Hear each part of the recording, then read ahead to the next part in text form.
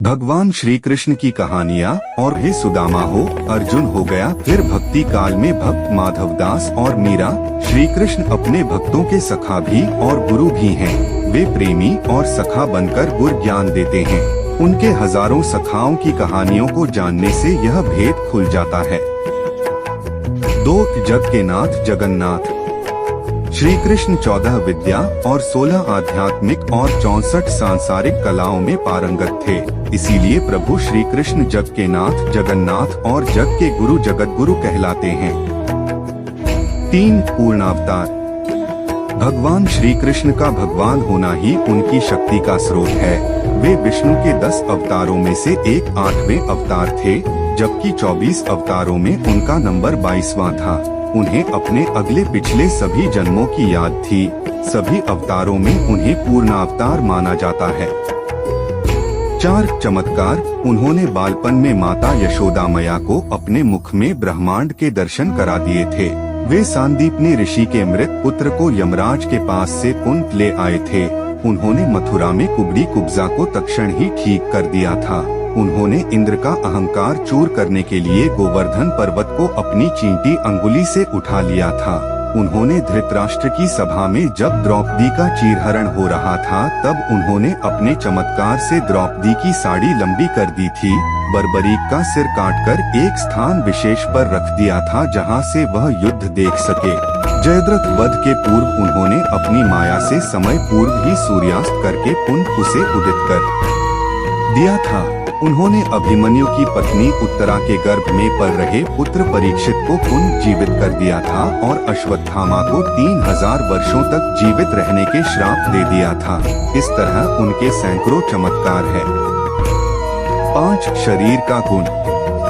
युद्ध के समय श्री कृष्ण की देह विस्तृत और कठोर हो जाती थी और नृत्य के समय कोमल उनके शरीर से मादक गंध निकलती रहती थी। इस गंध को वे अपने गुप्त अभियानों में छुपाने का उपक्रम करते थे। ऐसा माना जाता है कि ऐसा इसलिए हो जाता था क्योंकि वे योग और कलारिपट्टू विद्या में पारंगत थे।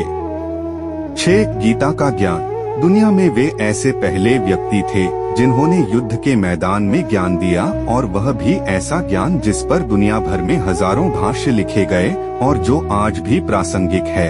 असल में गीता को ही एकमात्र धर्म ग्रंथ माना जाता है। उनके जीवन चरित्र श्रीमद्भागवत पुराण में वर्णित है। श्री कृष्ण ने गीता के अलावा भी और भी कई गीताएं कही हैं, जैसे अनुगीता, उद्धव गीता आदि। गीता में उन्होंने धर्म, ईश्वर और मोक्ष का सच्चा रास्ता बताया।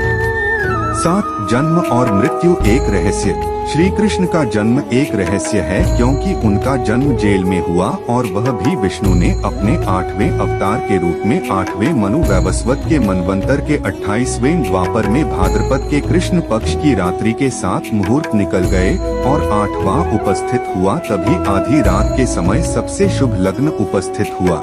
उस लग्न पर केवल शुभ ग्रहों की दृष्टि थी। रोहिणी नक्षत्र तथा अष्टमी तिथि के संयोग से जयंती नामक योग में लगभग 12 बजे अर्थात शून्य काल में जन्म लिया था। इसी तरह उन्होंने मृत्यु का भी चयन तब किया जबकि उन्हें अपने धाम जाना था। पौराणिक मान्यताओं अनुसार प्रभु ने त्रेता में राम के रूप में अवतार लेकर बाली को छुपकर तीर मारा था।